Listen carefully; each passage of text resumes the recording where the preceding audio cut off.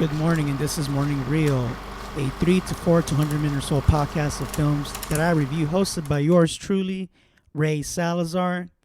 This morning, and don't ask me why I saw it, but I saw it. Ghostbusters Frozen Empire.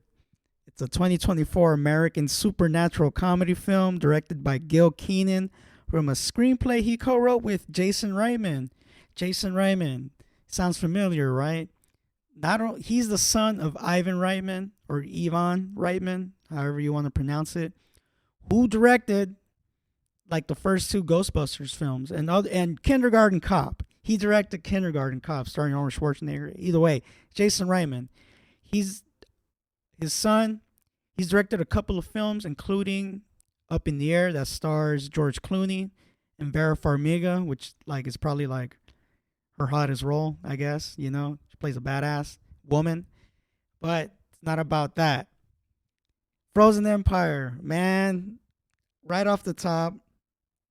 Is it funny? Is it cool? It's cool. It is funny, but it's lame at the same time. It's corny as hell. They try to put that storyline where, man, who plays the chick, dude? Fucking Phoebe Spangler, dude. Like, I fucking hated her, dude. The worst character in the film, which is the reason why these events happen in the film, because of her. She's the catalyst, right? She got not banned, but like she got a suspension of ghostbusting because, you know, she wants to take matters into her own hands, you know, and it's not working out.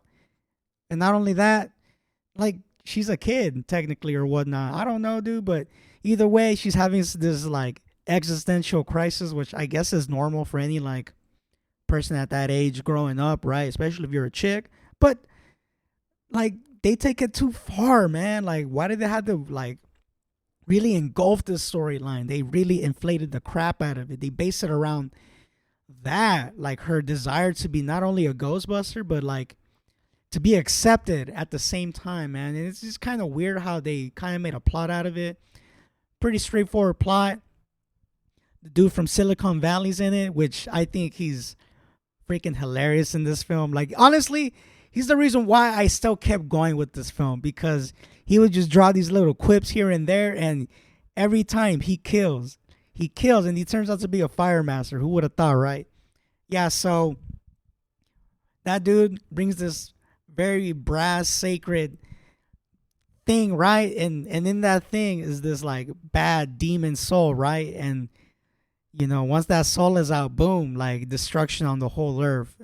And that's the whole plot. You know, somehow this thing opens, you know, because they don't know what's in it. And when it's open, and there's nothing you can do about it. But the thing that really kind of caused it to happen is that Phoebe hung out with this ghost who decided to play chess with her. And just after that meeting, like, it was over. Like, that was it. You know, the whole world as we know it is not the world anymore. So it's a good send off to the second act, right? But then it just becomes lame during that second act. You got this thing where, like, you know, Paul Rudd's character, man, like he's like a stepdad, but like they don't want to.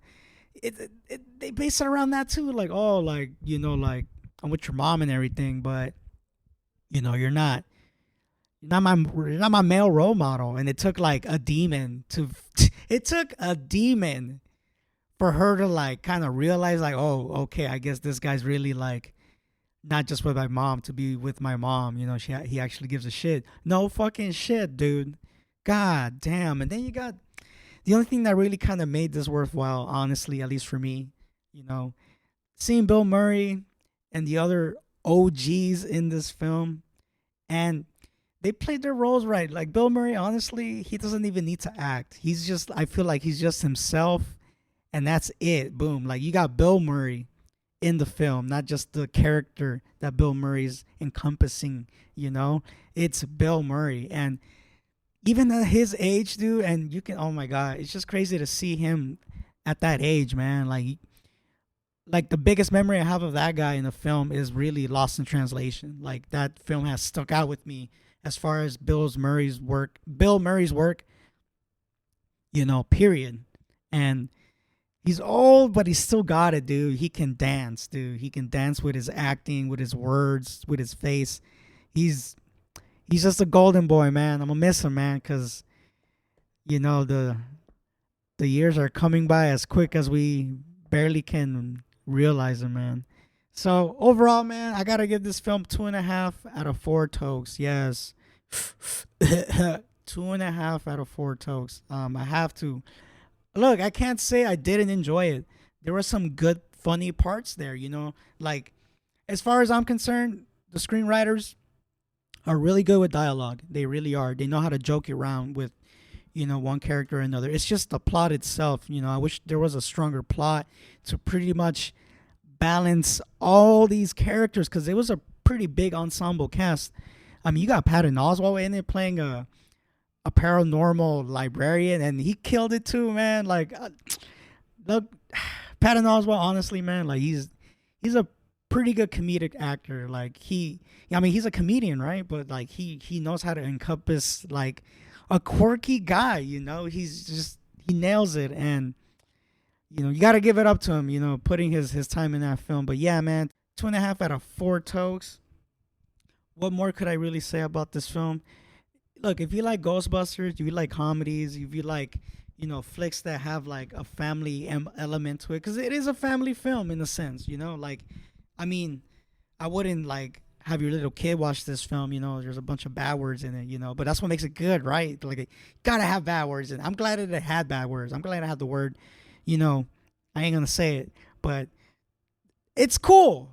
And then you got the dude from Stranger Things, and man, one thing I'm gonna say about that, and I wish he had a better role, as that character. I wish his character was better. They made him look like a fucking dumbass. Sorry.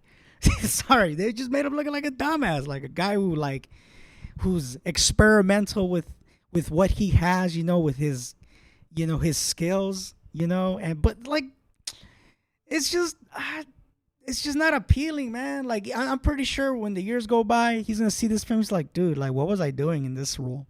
But other than that, good graphics, man. Because this film could not have been made, practically, with the props that they had then, with the visual effects they had then, in the original Ghostbusters. They needed it, and it worked out pretty well. So, whoever did the visual effects, my salute to you. But yeah, man, 2.5 out of 4 tokes. I am on to the next one. Check out my website, morningshotfilms.co. That's where everything is. Shout out to Wur. Shout out to the band Nothing. You guys are killers, man. Killers.